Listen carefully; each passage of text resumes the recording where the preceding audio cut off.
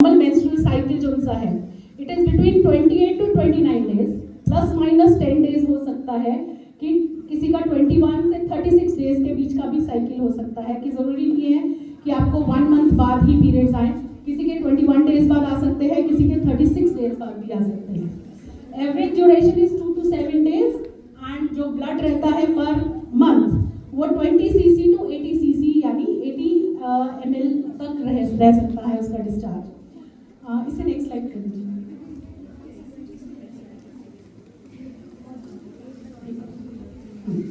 अब जैसे सपोज करो किसी भी डेट को, whatever date, what is the date today,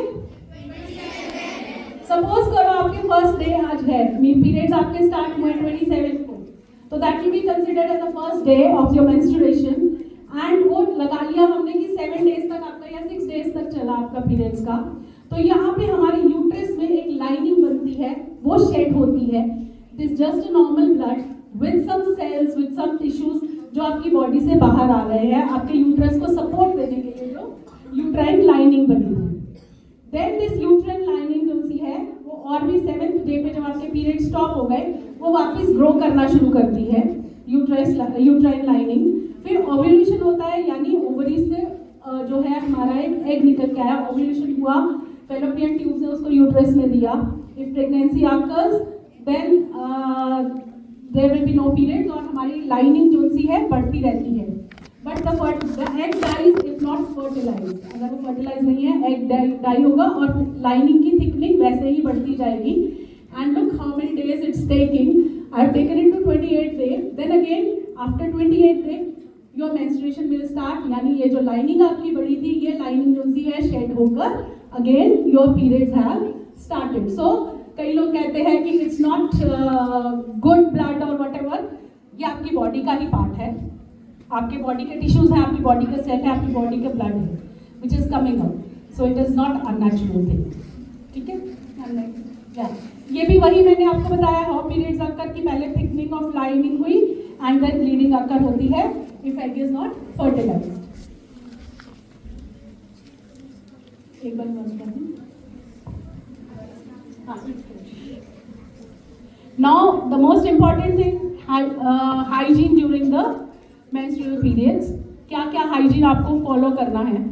एक तो आपको use clean sanitary pads and tampons और menstrual cups whatever you are using, basically हम सैनिटरी पैड्स को ही प्रेफर करते हैं, आपको यूज करना चाहिए और ये एवरी 4 to 6 आवर्स आपको चेंज करना चाहिए, अदरवाइज आपको बहुत सारे सर्वाइकल कैंसर्स या जो हमारे बहुत सारे इन्फेक्शंस हो जाते हैं यूट्रस के, वो भी हो सकते हैं। ठीक है, तो change every 4 to 6 hours.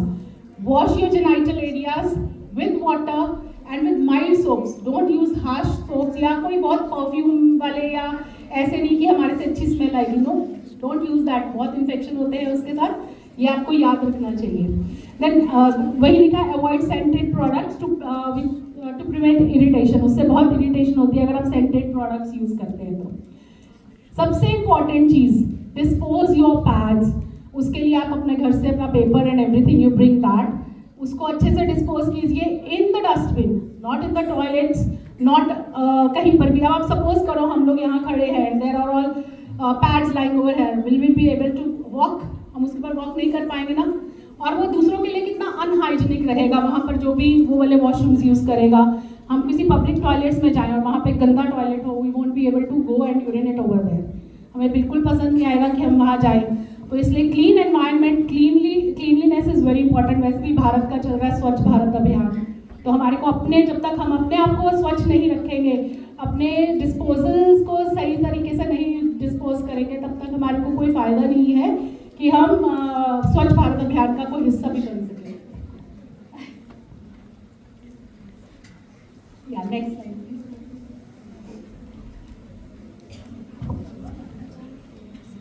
Now see, use sanitation products, pads use करें 4 to 6 आवर्स आपने उसको चेंज करना है। Before and after changing the pads you should clean your hands. Access toilets with clean water जब भी आप जाते हैं, अदरवाइज इन्फेक्शंस बहुत कॉमन है गर्ल्स के अंदर, यूटीआई इन्फेक्शन जिसको यूरिनरी ट्रैक्ट इन्फेक्शंस कहते हैं, बहुत कॉमन है because we use bad toilets and we don't clean it properly. और dispose pads in an environmental friendly manner. जिससे कि बाकियों को भी प्रॉब्लम ना हो।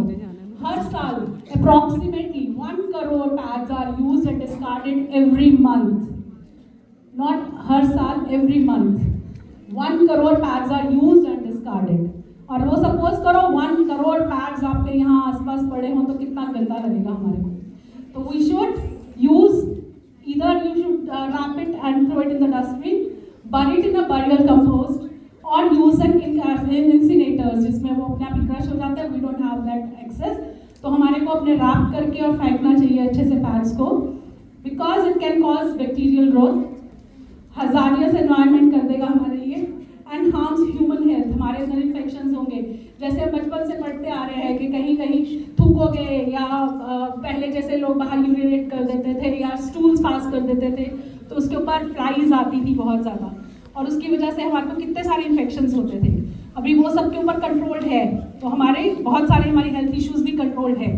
तो इसी तरह से हमें अपने पैड्स भी अच्छे से डिस्पोज ऑफ करने चाहिए। उसको कभी भी हमारे को टॉयलेट्स में नहीं करना चाहिए, because they are not flushable material, वो फ्लश नहीं होते हैं, दे लाई ओवर देयर। अब सपोज करो आप अपने घर जाओ and somebody has put the toilet the pad in the flush और उसको फ्लश किया, but it's like there, would it be good to go and bring it out and throw it in the dustbin? It won't be good. So हमारे को हमारी ये habits change करनी चाहिए। Instead of flushing it, wrap it in the paper and throw it in the dustbin. That's very important. Next slide, please. चलो कर ही लेते हैं। Now, आप लोगों ने कितनी कितनी मिथ्स सुनी हुई है रिगार्डिंग पीरियड्स, कोई बता सकता है मिथ्स के बारे में? Yes.